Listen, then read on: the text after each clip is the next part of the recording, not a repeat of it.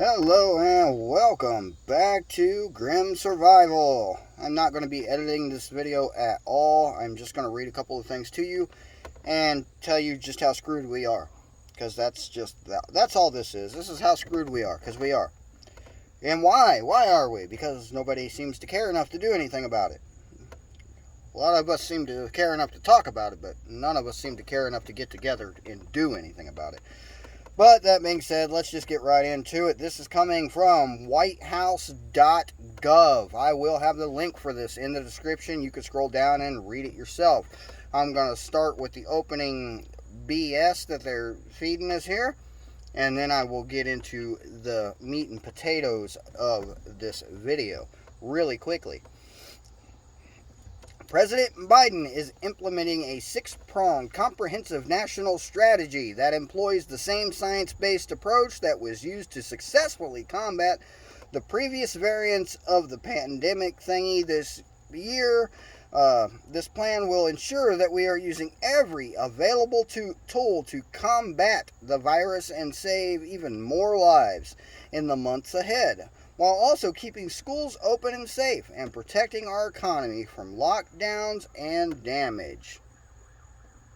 A lot of people told me when I was posting these videos about, end of 2020, that they are going to force this on everybody. They told me I was full of it. They told me it'll never happen. Period. It's not going to happen. They'll never force it on everybody. All right, part of Biden's plan. Here we go. Number one, requiring all employers with 100 or more employees to ensure their workers they have the shot, or if your business opts out of it and they refuse to enforce all of their employees having that shot, they are then required to have all of their employees tested weekly. That's the first one. Number two, they're going to require the shot for all federal workers and for millions of contractors that do business with federal government.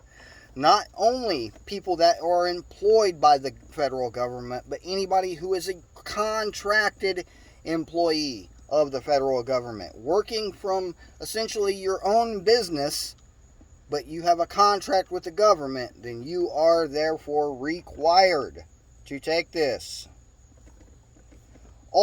This is a federal mandate, all large entertainment venues are to require proof that you have had the shot or test people at the door before anyone can be allowed in to any entertainment venue.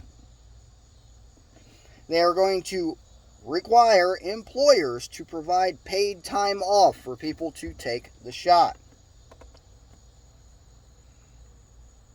Now, I'm going to go into some things here that I'm not supposed to say. I'll just get to it and say it as vaguely as possible. There are lawsuits happening right now. A large group of scientists and lawyers have come together and are filing lawsuits against the WHO and the CDC. This group is filing under grounds of crimes against humanity and state they have unrefutable evidence that this was all faked.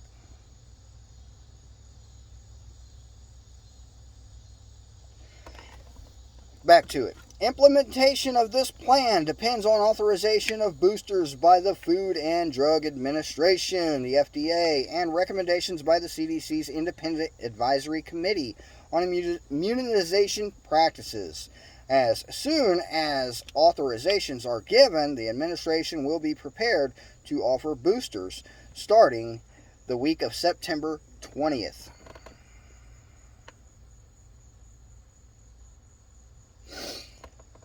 There is a lot here. There is a lot. They're going to require staff and Head Start programs, Department of Defense, schools, and Bureau of Indian Education operated schools to have this shot.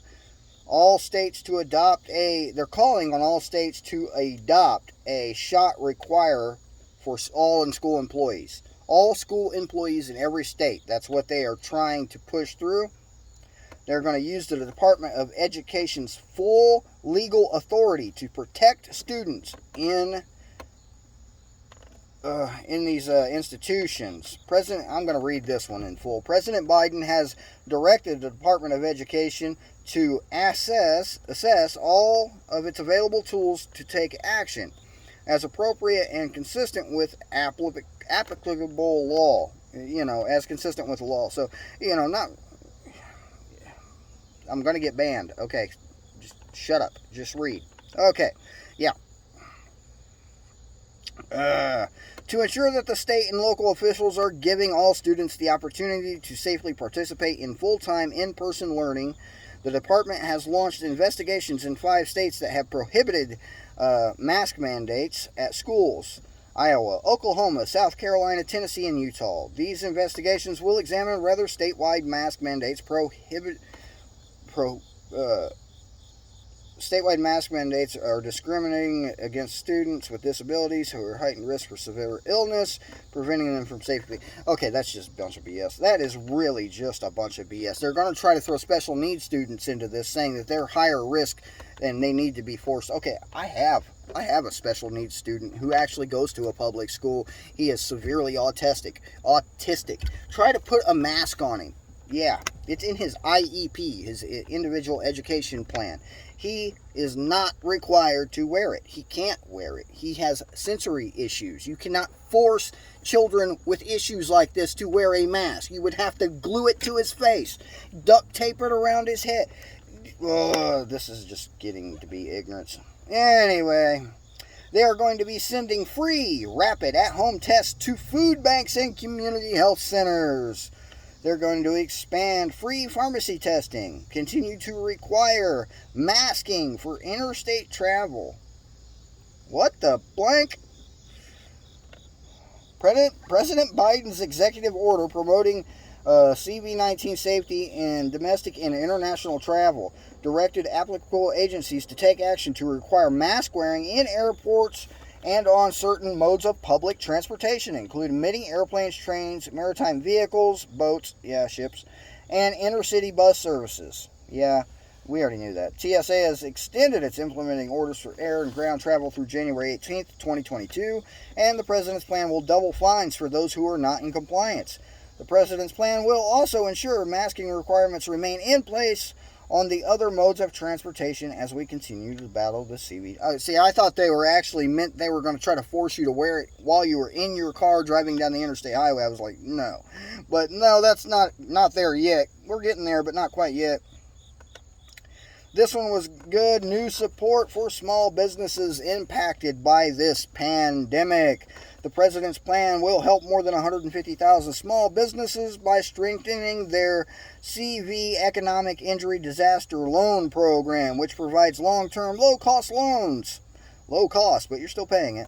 The improvements will allow more businesses to get greater and more flexible support from the $150 billion in loanable funds still available in the program. First, the Small Business Administration will increase the maximum amount of funding for a small business can borrow through this program from $500,000 to $2 million. So, hey, if you need a $2 million loan and you happen to have a small business and you can prove you have to qualify. That shows you have more than 80%, have 25 employees or less, 25 employees or less, and you're making a certain amount of money. And then you can qualify for a small business loan of up to $2 million. Paycheck Protection Program loans. They're going to give a lot of free money. That's basically what they're doing. There are a lot of governors of individual states that are trying to fight these mandates.